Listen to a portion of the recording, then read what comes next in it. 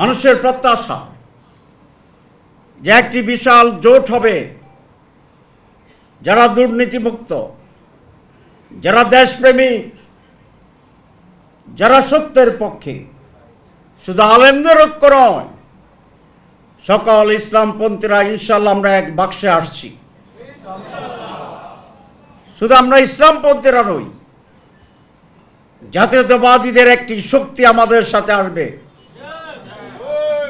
দেশপ্রেমিক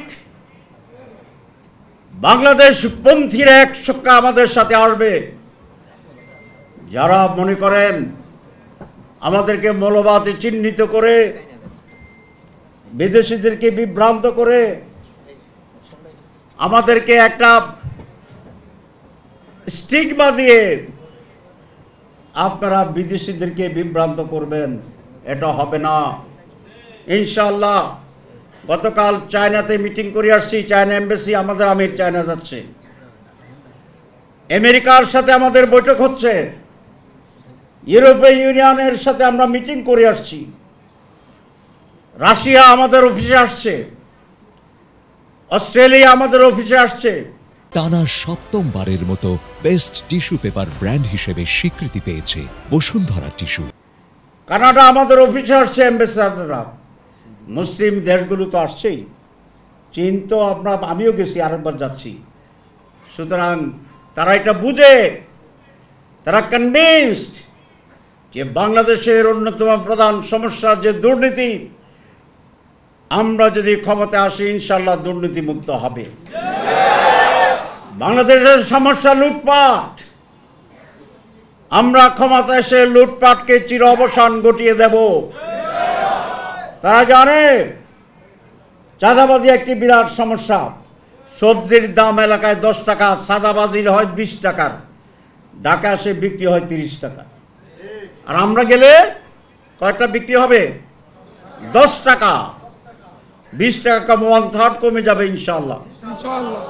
গরিবের জন্য কার্ড আসে, কার্ডে তাদের জন্য চাউল আসে, 10 কেজি জায়গায় 5 কেজি নেতার বাড়িতে 5 কেজি তিনি পান। আমরা গেলে কয় কেজি? 10 কেজি। এটাই দেশের মানুষ বোঝা শুরু করেছে। ঠিক আছে, বাংলাদেশে 2 বার কোনো দল জনপ্রিয়তা নিয়ে নির্বাচিত হয় নাই, একবার পরপর, ঠিক কিনা? কারণ কি? কারণ হচ্ছে 5 বছর মানুষ ক্ষমতা দেয়, তাদের লুটপাট অত্যাচারে বিরক্ত হইয়া তখন আরেকটাকে দেয়, সেটারে যখন দেয় তখন সেখানে বিরক্ত হইয়া পরে আরেকটারে দেয়। এইবার তো এই 1 বছর 11 মাস মাঠে মাঠে কোনো একটি দল ক্ষমতায় আসে না, টেন্ডারটা তাদের, আজকে পত্রিকায় দেখলাম যে বাজার টেন্ডার সব কিছু শুধু হাত বদল হয়েছে, বাকিটা সব ঠিক আছে।